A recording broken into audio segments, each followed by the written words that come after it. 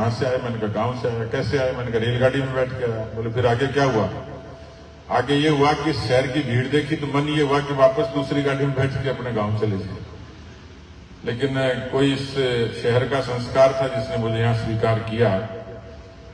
उसके बाद मैंने पीछे मुड़कर नहीं देखा।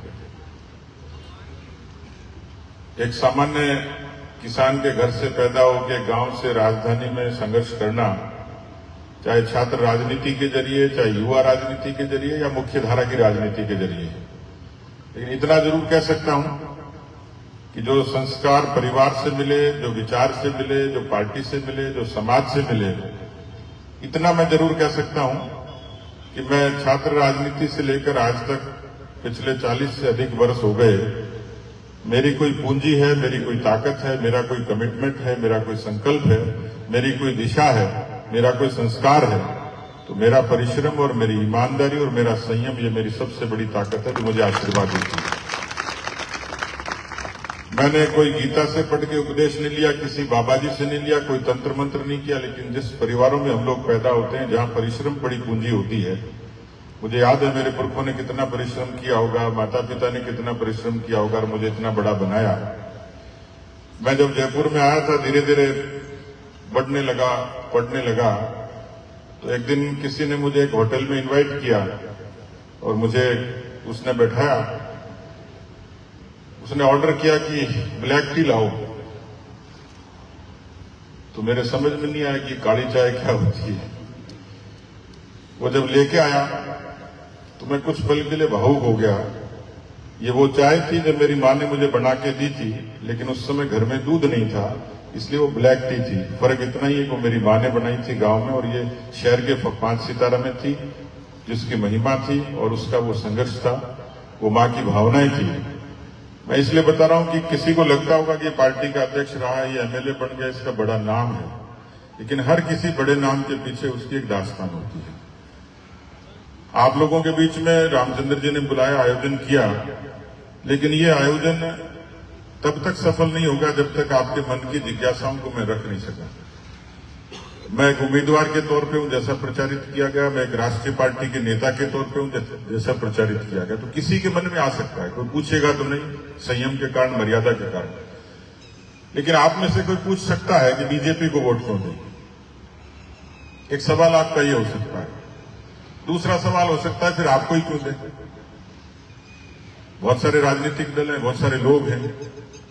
ये दो सवाल एक कॉमन सवाल है जो आपके दिमाग में इस समय, मैं कोई ज्योतिष नहीं हूं, लेकिन मैं आपके चेहरे पढ़ के बता सकता हूं कि बुला तो लिया रामचंद्र जी ने, आना भी था, अच्छा टेंट लगा दिया, कुर्सी दे दी, अच्छे भाषण हो रहे हैं, रामचंद्र जी बढ़िया है, रोजगार दे रखा है, बीएड करा रहे हैं, लेकिन ये तो इनका एक अपना कमिटमेंट है कि जो मेरे प्रति इनका स्नेह है, और वो स्नेह इतना प्रबल है कि मेरे से ज्यादा इनकी उत्कंठा है कि मैं जीतकर विधानसभा में जाऊं। तब जब यदि किसी व्यक्ति का इतना कमिटमेंट हो सकता है तो दुनिया की ताकत उसको जीतने से रोक नहीं सकती। लेकिन मुझे आपकी जिज्ञासा से सरोकार है। मैं ज्योग्राफी में पीएचडी हूं, बायो से मैंने बीएससी किया, एमएससी किया है, एलएलबी किया है, 3 अलग विषयों में डिप्लोमा किया है।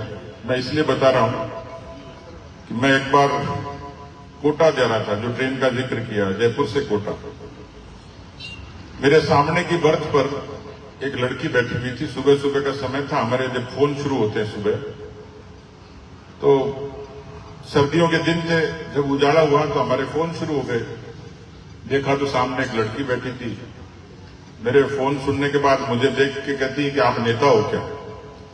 आप बताओ, ब्रह्म मुहूर्त में कोई आपको ये पूछे कि आप नेता हो क्या, तो ये बम के हमले जैसा नहीं हुआ क्या? फिर धीरे धीरे थोड़ी बहुत उसने 2-4 फोन सुने, फिर मुझे कहती है कि आप तो पढ़े लिखे लगते हो। ये दूसरा हमला था। यानी समाज में, भारत में धारणा है कि नेता पढ़े लिखे नहीं होते। जब इंटरेक्शन हुआ तो पता लगा वो किसी बैंक में प्रोबेशनरी ऑफिसर थी, ज्वाइन करने जा रही थी। मैंने उसको पूछा, क्योंकि जवान लड़की थी और उसकी उत्सुकता देख के मेरी भी इच्छा हुई कि मैं नए लड़कों से, नए बच्चों से पूछूं। मैंने पूछा कि what do you think about politics? तो उसने मुंह बुरा करके कहा, आई हेट पॉलिटिक्स, मैं राजनीति से घृणा करती हूं। ये मेरे ऊपर तीसरा हमला था।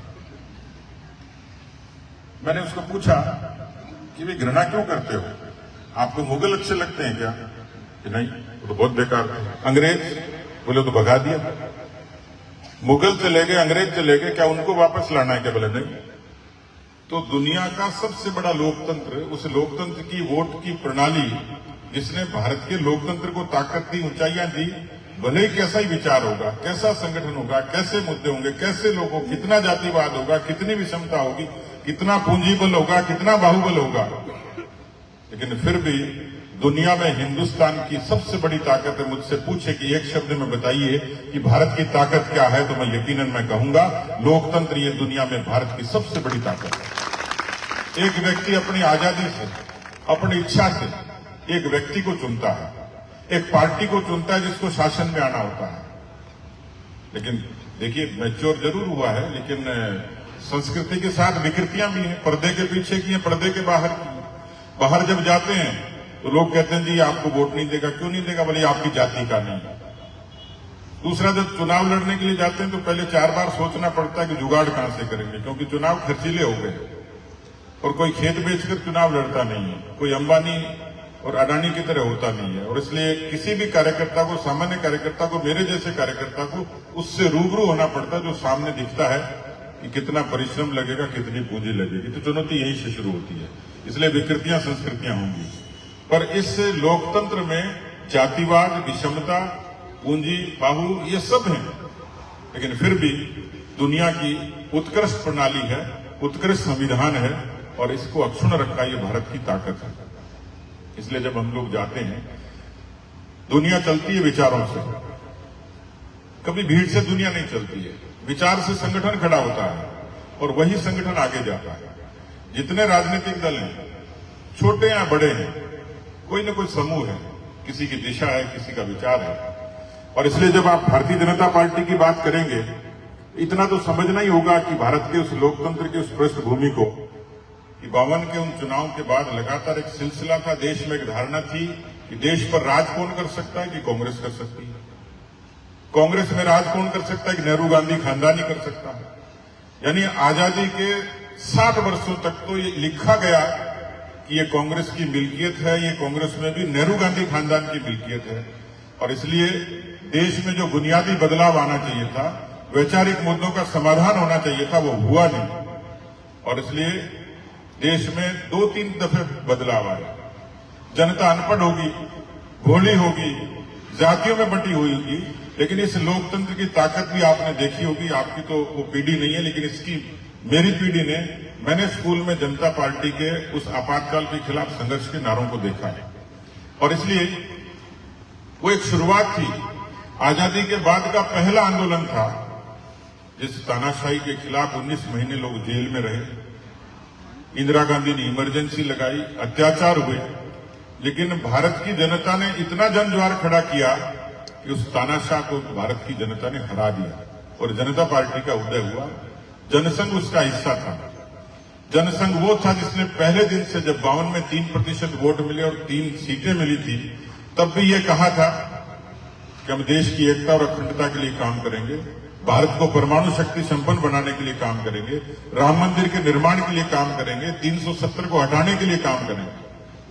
आपके लिए इंटरेस्ट का मुद्दा हो सकता हो या नहीं हो, क्योंकि सबकी मानसिकता अलग अलग होती है। मेरे यहाँ लबाना गांव है, वहां एक दिन भाषण दे रहा था, तो थोड़ा औरतें शोर मचा रही थी, डिस्टर्बेंस हुआ। तो मैंने पूछा कि, मैंने कहा भाई माताओं को क्या तकलीफ है? तो उधर से आवाज आई, आग लगाओ, था क्या कश्मीर ने, मां के तो लबाना के बांद्रा को इलाज करो। यानी उनके लिए लबाना के बंदर मुद्दा है, 370 कोई मुद्दा नहीं, राम मंदिर मुद्दा है। लेकिन उसके बाद एक शुरुआत होती है कि हर व्यक्ति का मिजाज अलग, हर व्यक्ति की इच्छा अलग, जिज्ञासा अलग, मन अलग। तो मुझे भी लगा कि भाई व्यवहारिक बात तो ये कि इनके लिए तो अभी बांद्रे ही बड़े हैं, लेकिन जो बुद्धिजीवी है, जो मुद्दों को समझता है, जो देश और समाज को समझता है, उसके लिए अपने वोट की कीमत भी पता है। मैंने जिस विकृति का जिक्र किया वो समाज में है।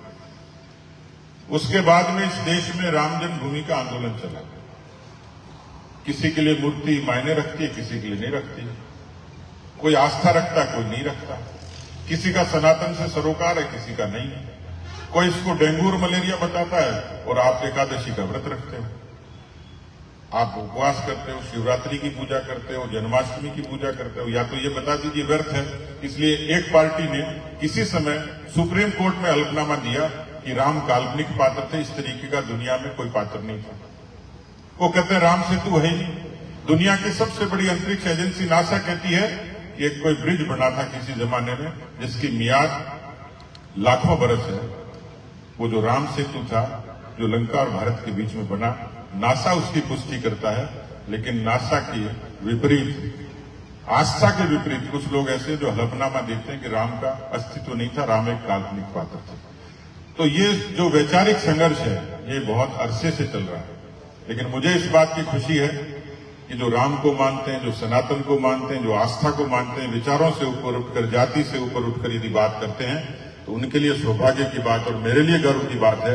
मैं 2 बार की राम जी की कार सेवा में गया, मुझे कभी इल्म नहीं था कि राम का मंदिर बनेगा। लोग नारे लगाते थे, रामलला हम आएंगे, मंदिर वहीं बनाएंगे। कांग्रेस के लोग कहते लेकिन बीजेपी वाले तारीख नहीं बताएंगे। सुन लो कांग्रेस वालों की तारीख भी बता दी, 24 जनवरी 2024 को प्रधानमंत्री के हाथों से इसका भव्य शुभारंभ होगा। जिनके बांद्रे समस्या है उनके लिए तिरंगा भी समस्या नहीं है। आपने ऐसा सुना भी होगा कि लाल चौक पर वो समय था जब तिरंगे को जला दिया जाता था, भारत के संविधान की प्रतियां जलाई जाती थी, निर्दोषों को मारा जाता था और ये चुनौती दी जाती थी कि आप कहते हो कि भारत अखंड है, कश्मीर भारत का हिस्सा है, हम चुनौती देते हैं लाल चौक है और ये तिरंगा है। कोई तिरंगा फहराकर बताए माई का लाल, तिरंगा जलता था, पैरों के तले रौंदा जाता था। लेकिन भारत के यशस्वी प्रधानमंत्री और देश के यशस्वी गृह मंत्री ने 370 खत्म करके उन आतंकवादियों की छाती पर तिरंगा गाड़ कर बता दिया कि हिंदुस्तान का संविधान किसी से कम नहीं। यहां बड़ी संख्या में मातृशक्ति बैठी है। देश में बुनियादी विकास वाजपेयी जी के समय शुरू हुआ। ये जो हाईवे देखते हैं उनकी बुद्धि कौशल की जनक है कि किस तरीके से प्रधानमंत्री ग्राम सड़क योजना से गांव से शहर की दूरी कम की, किस तरीके से किसान क्रेडिट कार्ड ने एक आम आदमी के क्रेडिट की सुविधा को विकसित किया, फसलों की बीमा योजना ने उसकी जीती जागती फसल की सुरक्षा का एक वचन दिया, संकल्प दिया। ये देश के बुनियादी विकास थे। लेकिन जब लोग आज की बात करते हैं, कहता है शौचालय बनाओ। मेरे एक मित्र अमेरिका रहते हैं, डॉक्टर हैं, डॉक्टर यादवेंद्र राजावत। वो 2017 में आए मिलने के लिए। मैंने पूछा कि अमेरिका के लोग भारत के बारे में क्या सोचते हैं। वो कहते हैं उपहास करते हैं, हंसते हैं। मैंने कहा क्यों? कि दुनिया के सबसे बड़ी डेमोक्रेसी का प्रधानमंत्री कहता है शौचालय बनाओ, तो अमेरिका के लोग हंसते हैं कि लोकतंत्र दुनिया का सबसे बड़ा है। लेकिन आज भी उन माताओं बहनों के लिए करोड़ों लोग जो अंधेरा होने का इंतजार करती हैं। मैं खुद उस हद से गुजरा हूं कि जब मैंने अपनी दादी को गांव में अंधेरा होते हुए इंतजार करते हुए देखा है। लेकिन मित्रों, प्रधानमंत्री की एक अपील ने देश में 10 करोड़ शौचालय बनाए। बात छोटी थी, लेकिन भारत की माताओं बहनों की सुरक्षा और सम्मान का एक क्रांतिकारी बदलाव था, जिससे माताओं बहनों को सुरक्षा, सम्मान और आरोग्य की प्राप्ति। कल्पना कर सकते हैं, बैंक का खाता आसान लगता है आज, लेकिन पता आपको कितने खाते खुले? 50 करोड़ बैंक के खाते। देश के एक प्रधानमंत्री कहते थे 1 रुपया भेजता हूं, 15 पैसे पहुंचते, 85 पैसे कहां जाते हैं, इसका अकाउंटेबिलिटी किसी के पास नहीं थी। आज मेरा दावा है, ये 50 करोड़ बैंक खाते, देश के 107 करोड़ लोगों के बैंक के खाते, उनके हक का पैसा, पूरा का पूरा पैसा जो प्रधानमंत्री भेजता है उसके खाते में 100 का 100% जमा हो जाता है। कोई लीकेज नहीं होती। ये अंतर समझ लीजिए नए भारत का। अभी रामचंद्र जी कह रहे थे 23 अगस्त का दिन था, उससे पहले क्रिकेट का मैच भी था, भारत जीता। लेकिन मुझे असली आनंद तब हुआ जब चंद्रयान ने भारत का तिरंगा चंद्रमा पर फहराया। वो दिन हमारे लिए गर्व का दिन था कि किस तरीके से भारत के वैज्ञानिकों ने इतना विकसित किया अंतरिक्ष विज्ञान को कि भारत आज अंतरिक्ष में 100 से ज्यादा छलांग लगा सका।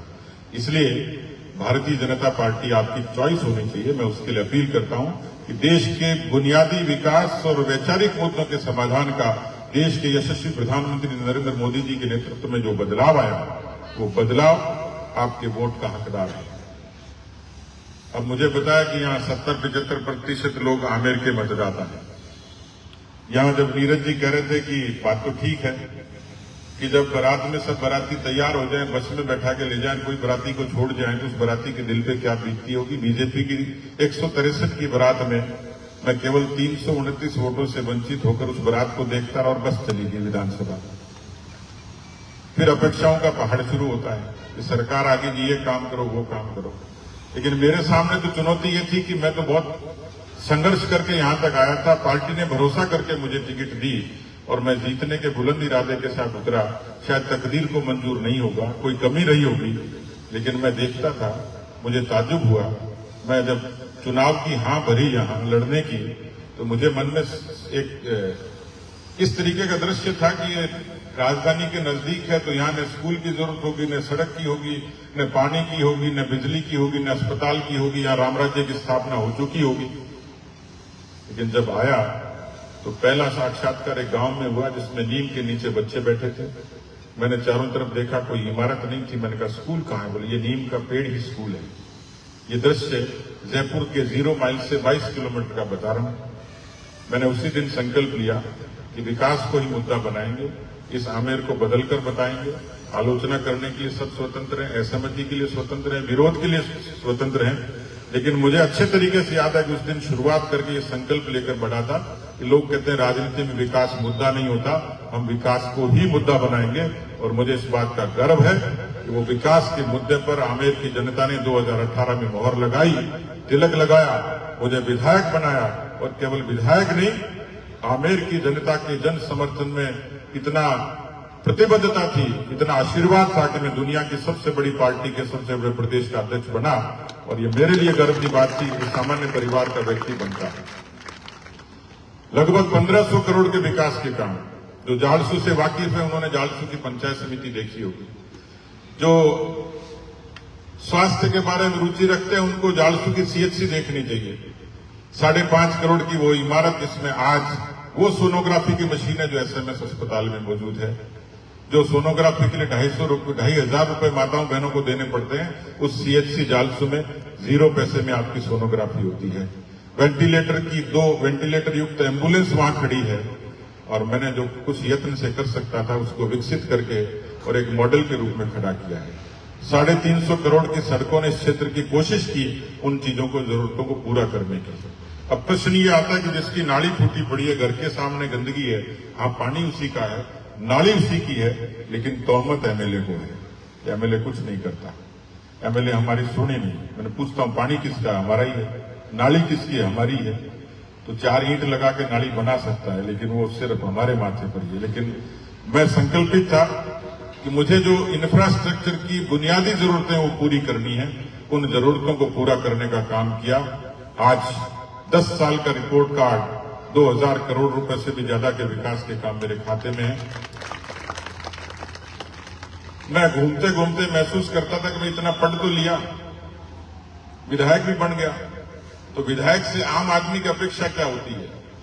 पहली अपेक्षा टीए की बैठक, दूसरी अपेक्षा लगन टीका, तीसरी अपेक्षा भंडारा। तो मुझे जो जानकार लोग हैं वो कहते हैं और कुछ करने की जरूरत नहीं, आप तो इसमें चले जाओ काम हो जाएगा। तो मैं पूछता हूं यार कि जब इसमें जाएंगे तो विधानसभा में कब बोलेंगे, कब तैयारी करेंगे? बोला उसकी जरूरत नहीं। मैं थोड़ा दुस्साहसी आदमी हूं, मैंने उसमें समय कम दिया, लेकिन मैंने सदन में समय ज्यादा दिया। इसलिए दिया कि मैंने 488 विधानसभा के सवालों में 165 सवाल आमेर की जनता के हक के लिए, उनके बदलाव के लिए, उनके बुनियादी विकास के लिए किए। और मुझे फक्र है, सरकार मेरी नहीं थी, पर सरकार को स्वीकार करना पड़ा, मानना पड़ा उस बुनियादी विकास की मांगों को। उस बुनियादी विकास की मांगों को। और इसलिए मैं आप सबसे निवेदन करना चाह रहा था कि विधायक केवल आरती उतारने के लिए नहीं होता, वोटों का सौदागर नहीं होता।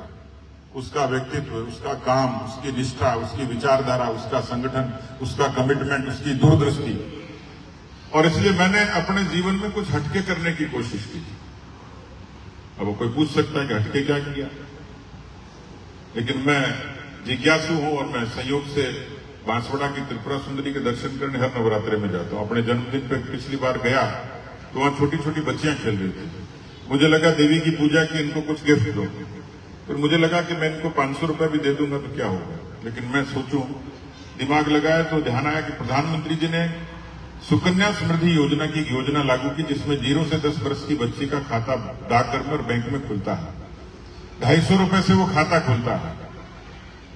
उस खाते से 18 वर्ष की जब वो बच्ची होती है तो उसको पढ़ने के लिए और शादी के विवाह योग्य उसको पैसा मिलता है। एक शुरुआत होती है। हमने उन 9 कन्याओं का पूजन किया, उनके सुकन्या समृद्धि के खाते खुलवाए। मुझे बिल्कुल उम्मीद नहीं थी, शायद माता जी का आशीर्वाद था या उन बच्चियों का आशीर्वाद था। राजस्थान में आप कल्पना करो 50,000 इस तरीके के सुकन्या समृद्धि योजना के खाते खुले। 5,000 खाते हमारी आमेर की बेटियों के हम लोगों ने किए। मैं अभी पीछे नौजवान बैठे हैं, सब जो परीक्षा की तैयारी कर रहे थे, मेरे पास आते थे कि साहब एनबीसी में फोन कर दो, सुजुकी में फोन कर दो, हीरो में फोन कर दो, प्राइवेट नौकरी चाहिए। मैं फोन करते करते तंग आ गया, कोई मानता था कोई नहीं मानता था। मुझे एक दिन दिमाग में आया कि मैं क्यों न एक फ्लोर के नीचे सबको ले आऊं। मैंने आमेर के रोजगार मेले का आयोजन किया। 25 कंपनियां आई, अच्छी नामी गिरामी, कोटक महिंद्रा भी थी, सुजुकी भी थी, हीरो भी थी, इंडिगो तक थी। उस 25 कंपनियों को जब आमंत्रित किया और बच्चों को जब ऑनलाइन एप्लीकेशन मंगाए, 2800 बच्चों की एप्लीकेशन आई। उसमें से 700 बच्चों का सिलेक्शन हुआ। उससे मुझे लगा कि हटके कुछ किया जा सकता है, व्यवस्थित तरीके से आमेर के नौजवान बच्चों को जो प्राइवेट जॉब चाहते हैं उसकी दिशा में उनको सकारात्मक रूप से काम किया जा सकता है। मुझे आज प्रेस के लोग पूछ रहे थे कि ऐसी कौन सी बात जो बच्चों का जीवन बदले। तो मैं देखता हूं कि बच्चे लाइब्रेरी के लिए जाते हैं, बच्चियां जाती हैं, उनके माँ बाप परेशान होते हैं, शहर में गई है। मेरा सपना भी है और मैंने उस पर काम करना शुरू कर दिया, कुछ काम हो गया। मैंने ये तय किया था कि मेरी 59 पंचायत के हर पंचायत केंद्र पर एक अच्छी सुसज्जित लाइब्रेरी बनेगी जो हमारी बेटियों को पढ़ने के लिए कहीं बाहर जाने की आवश्यकता नहीं पड़ेगी। वहां निःशुल्क वहां पढ़कर वहां पर अपना काम कर सकती हैं। खोरा मीणा में लाइब्रेरी बनकर तैयार होगी। सैंपल के लिए तो कोई देखना चाहे देख सकता है, गुणवत्ता में तैयारी चल रही है। ऐसी 30 पंचायतों में इस तरीके की लाइब्रेरी का निर्माण 59 पंचायतों में हम लोग बनाएंगे। मैंने एक मैराथन का नवाचार किया और उसके साथ जोड़ा कि बच्चे जो पुलिस की सेना की तैयारी करते हैं उनको एक अच्छे तरीके से हम लोग ग्रूम कैसे करें, तैयार कैसे करें। तो ये कमिटमेंट है कि आने वाले चुनाव में हर पंचायत हेडक्वार्टर पर एक अच्छा खेल का मैदान जो हम लोग विकसित करेंगे। मैं घूमते घामते मुझे सेल्फ हेल्प ग्रुप की महिलाएं मिलती थी कि साहब काम तो करते हैं लेकिन बैठने की जगह नहीं। ये तय किया कि उनके लिए हर पंचायत में जहां उनको जरूरत हो कि हम एक कमरे का निर्माण उनके हक के लिए करेंगे। बहुत सारी चीजें, बात लंबी हो जाएगी लेकिन निवेदन यही करना चाह रहा हूं कि 10 साल का इतिहास आमेर के प्रति मेरे संकल्प का इतिहास है, समर्पण का इतिहास है। और इसलिए मुझे पूछते हैं लोग कि आप तो बड़े नेता हो, कहीं चले जाओगे। मैंने कहा मैं कहीं नहीं जाऊंगा। आमेर के साथ मेरा रिश्ता जिंदगी के बाद भी है और जिंदगी के साथ भी है। इस संकल्प के साथ मैं काम करता हूं। आप सब लोगों का आशीर्वाद चाहिएगा। तय तो आपको करना, लेकिन फर्क करना चाहिए विचार में, संगठन में, पार्टी में और